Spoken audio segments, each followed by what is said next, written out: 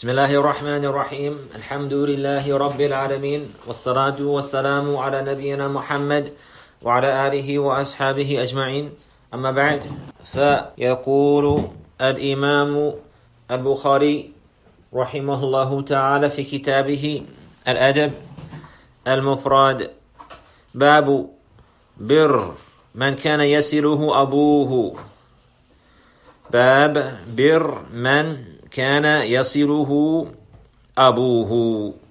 Al-Imam al-Bukhari rahimahullah, he mentioned in his book Al-Aadaab Al-Mufrad, the chapter being kind and nice to the one whom his father used to have relationships with.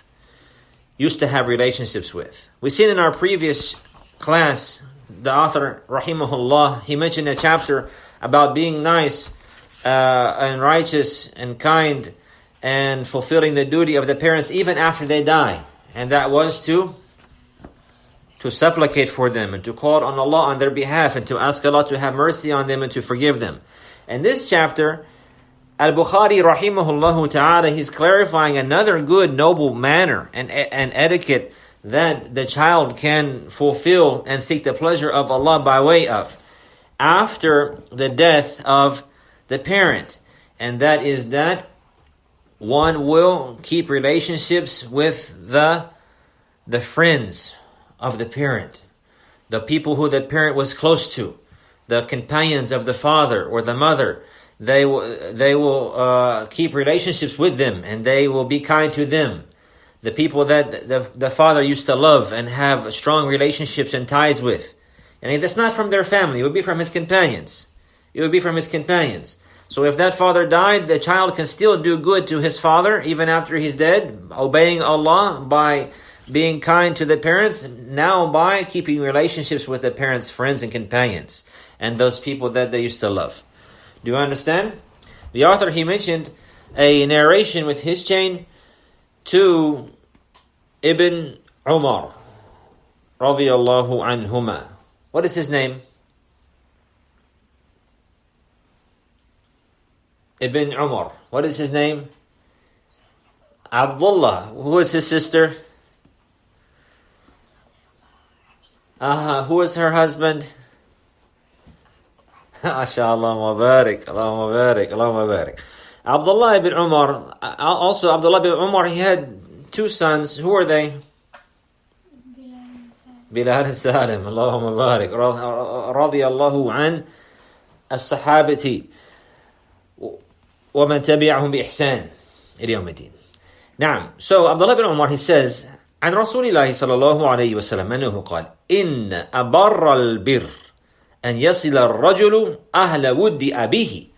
That the Messenger of Allah صلى الله عليه وسلم, he said, from the best obedience to the parents and from the best kindness and goodness to the parents is that a man, he will keep good relationships with the family of those whom his father loved. Those people whom his father loved, meaning the companions of the father, but likewise the mother as well. The parent, the father, he knows many people, but there are some that were close to him. There were some of his companions that he loved dearly, and his family knew that about him. After he dies, his children should keep ties with that man and with his family. Now, seeking the pleasure of Allah Azza wa Jal and following the sunnah of the Messenger sallallahu alayhi wasallam. So we see that these are some of the affairs that must be fulfilled even after the parents die. And this is an indication to the great right of the parent. And this is all preceded. But even to clarify in more detail that the right of the parent does not even end if they die. Even if they die. Then if they're Muslims, their right continues by supplicating for them and making dua for them. And this is an indication that that child is righteous and upright.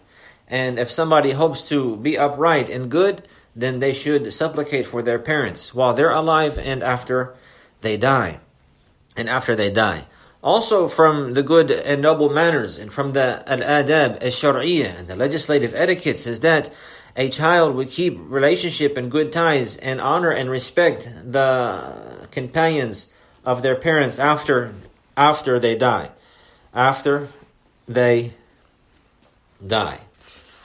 The author, now we go to another chapter as I mentioned, we are summarizing, so sometimes we may jump chapters or skip hadith in order to be suitable for our class. And now we go to the chapter. The author, he has mentioned, rahimahullah, Babu la yusammi ar-rajulu abahu wa la yajlisu qablahu wa la yamshi amamahu. Ha wa ya laha min tarjama. And this is such a great chapter. And we remember fiqh al-Bukhari fi tarajumi, that the understanding of Bukhari can be found in the chapter headings. What did he say? This is the chapter with regards to a man must not call his father by his name. And he must not sit before he sits. And he must not walk in front of him. This chapter title, it contains 3 things. What are they? The first one, that one should not call his father by his name. Likewise, the mother is included. If the man's father is, for example, Zayd, the son should not say to him, Ya Zayd, or should not ask him, Aina Zayd? Where's Zayd at? And he's talking about his father. He's talking about his own father, and he called him by his name, like this directly. This is not from the good manners. Rather, this is from bad manners. Now, also the second issue here, we see that Al-Bukhari, he mentioned in this chapter title, rahimahullahu ta'ala, وَلَا يَجْلِسُ قَبَلَهُ, and that he should not sit down before him. Meaning, if they come into a gathering together, that the child should not sit before the parent. That the parent should be allowed to sit first. And the child will allow the parent to sit first. And also, along with this understanding that the parent, not only should he or she be allowed to sit first, but they should also be given the best seat. If there's 2 seats to choose from, and the parent and the child come into the room, who sits first? Parent. The parent. One seat is comfortable, and the other seat is not so comfortable. Where would the child prefer the parent to sit? In the comfortable. In the comfortable seat. In the comfortable seat. Now, and the child will never, if he's with the parent, hasten to have the comfortable seat and make his mother or father sit on the floor, or make his mother and father sit in a manner that's uncomfortable and prefer himself over them. No. There's something in the deen and in the noble manners of a Muslim, and that is called al-ithar. Al-ithar. Can you say that? Ahsanti. Al-ithar. And this is from the specific characteristics of a believer, and Allah praised the Ansar specifically with this characteristic, and that is that they prefer others over themselves. Nam yu'thiruna ala anfusihim walau kana bihi khasasa. That even they preferred others over their own selves, although they were in need. Meaning they gave their wealth and property and their aid and support to the muhajirin, and they themselves were poor, and they themselves, many of them, were in need, but still they gave preference to their brothers who came to them. So from the good characteristics of a Muslim is that he shows preference to others, and he helps others and allows others to have the good before them. And the likes, and from this, especially with those who have rights over us, like our parents, then even this attribute or this noble characteristic of al-ithar and showing preference to others should even be more present in our lives and in our actions. We will never prefer ourselves over our parents. Now our parents and in the affairs of the dunya, So here we see that one will not sit before the parent sits. And also, what did he say? وَلَا يَمْشِي أَمَامَهُ. And likewise, the child must not walk in front of the parent. The author, he mentioned a chain of narration to Abi Hurayrata radiyallahu anhu. أنه أبصر رجلين فقال لأحدهما ما هذا منك؟ فقال أبي. فقال لا تسميه باسمه ولا تمشي أمامه ولا تجلس قبله. Here we have a narration of Abi Hurayrata radiyallahu anhu. Abu Hurayrata radiyallahu anhu, he saw 2 men. So he said to one of them, ما هذا منك? What is this man's relationship from you? He said, Abi. he's my father. So Abu Hurairah radiyallahu anhu, he told him, do not call him by his name, and do not walk in front of him, and do not sit before him. We understand the narration? Who is the narrator? What kind of hadith is this? Mawquf, hadithun mawquf. What does that mean? That this narration is ascribed to a companion. That this is from the hadith of Abu Hurairah and from the wording of Abu Hurairah radiyallahu anhu. And this is with regards to him and what he saw and what he said. So here we see it again. Abu Hurairah absara rajulaini. He saw two men. فَقَالَ لِأَحَدِهِمَا مَا هَذَا مِنْكَ. He seen two men. He said, what to one of them? What is the relationship between you and him? What is the relationship between you and him? The man, what did he say? فَقَالَ أَبِي. He's my father. So listen to the beautiful advice again that Abu Hurairah radiyallahu anhu, he told that man. لا تسميه باسمي. Do not call him by his name. ولا تمشي أمامه. Do not walk in front of him. ولا تجلس قبله. ولا تجلس قبله. And do not sit before him. ولا تجلس قبله. And do not sit before him. And do not sit before him. With regards to calling him by his name, this should not happen. This is very bad manners for the child to call their father by his name, or even to refer to him by his name, like this. And where is Zayd? And his dad's name is Zayd. Where's Zayd at? No, he says, where is my father? Aina Abi? Like this, with respect and with honor. He will not call him by his name. Likewise, he will not walk in front of him. Except in certain situations, whenever it would be recommended actually for the child to walk in front of the parent. And the Abu Hurairah radiyallahu anhu, he's mentioning here the father, but this is likewise the manners that one should abide by with regards to the mother as well. That one will not call the mother by her name likewise. And one will not also walk in front of the mother likewise. Except in these situations, for example, if it is dark outside, and maybe the child fears that the parent may be harmed, or if there's dangers on the road, or if it's slippery, for example, or going downstairs, maybe the child at this time will walk in front of the parent in order to protect the parent, or in order to help the parent. As for if they're walking normally, then the child must not walk in front of the parent. This is not good manners. This is not noble manners. And likewise, we see that the child must not sit down before the parent. Rather, the child will let the parent sit down first, and then after that, he will sit down. And likewise, we see that again, that whenever he sits down, he will always give preference to the parent and allow the parent to sit in the good spot and the most comfortable spot, and he will prefer that for the parent. And these are from the completion of the noble manners, and this is from displaying the birr.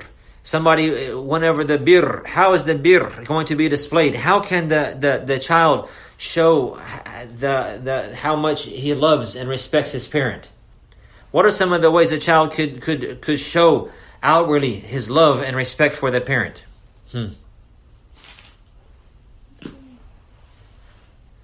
By obeying them. But now obeying them in what they say, sah. But there's some here. For example, he cannot call him by his name. He will not call him by his name. Whether he will say, Ya abati, Ya abi, or Ya ummi, like this, Ya walidi, Ya walidati. Whenever he calls him, he'll call him in a tone with respect and using a word that the parent likes in this manner, like this. Call it, oh my mother, oh my father, like this. Mom, dad, Ya ummi, Ya abi, Ya abati, like this. And also one way to show the honor and the respect for the child that the child has for his parent, then he will not walk in front of him.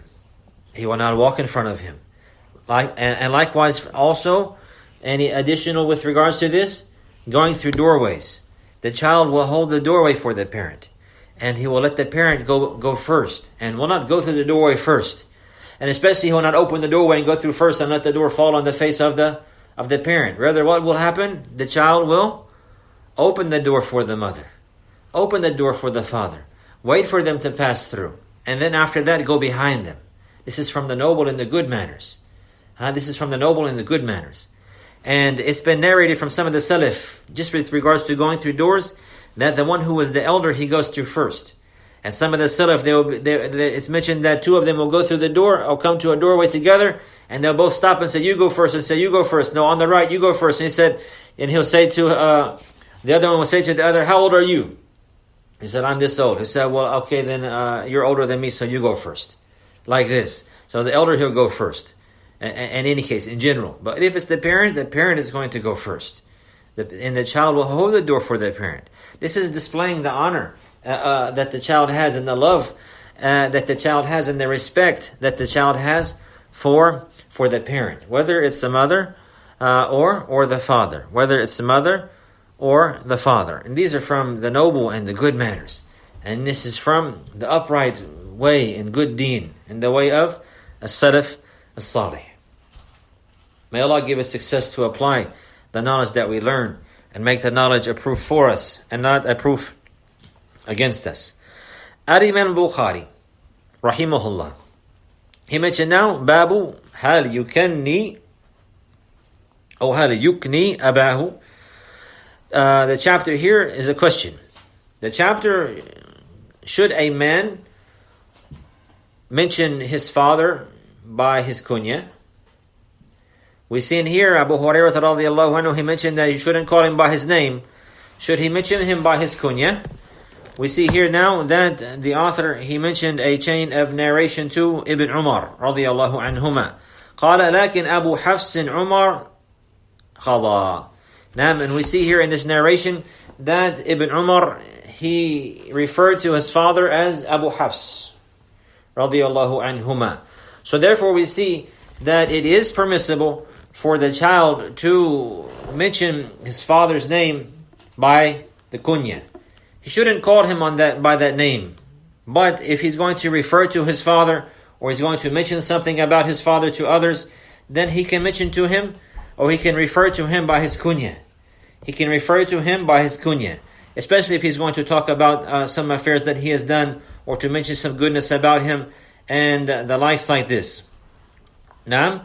But he will not call him by his name directly, or he would also not call him by his kunya when he calls him. And instead of calling Abi, come here, Abba Fulan, come here. La, he will not do that like this. But whenever he refers to him and the likes like this, or he talks about him, it's okay, inshaAllah. If he refers to him about others, or if he's informing others about his father, and he refers to his father by his kunya, inshaAllah, there's no problem in that. But whenever he calls him or speaks to him, he will address him with the best words, and he will call him with the best names, like Ya Abati, or Ya Walidi, or oh, my father, or dad, like this, and in English. And we should try to use Arabic as much as possible in our lives, even if we're still learning. Even if we are still learning, the Arabic language has a special place in the heart of a believer. And al-lugha al-arabiyya min ad-din. The Arabic language is from the deen. It's not just the Arabic language, it's not the language of the Arabs, rather it's the language of al-Islam. Lughatu al-Islam. It's the language of al-Islam. Wa lughatu al-Muslimin. It's the language of the Muslims likewise. So we strive to learn as much as we can from this language. Now we see that the author, he has finished the narrations and the chapter titles, and he has finished the narrations with regards to Bir al-Walidain. Now the author, he begins a new topic and a new subject, and it is Siratu al-Rahim. Siratu al-Rahim. And this is keeping the ties of kinship.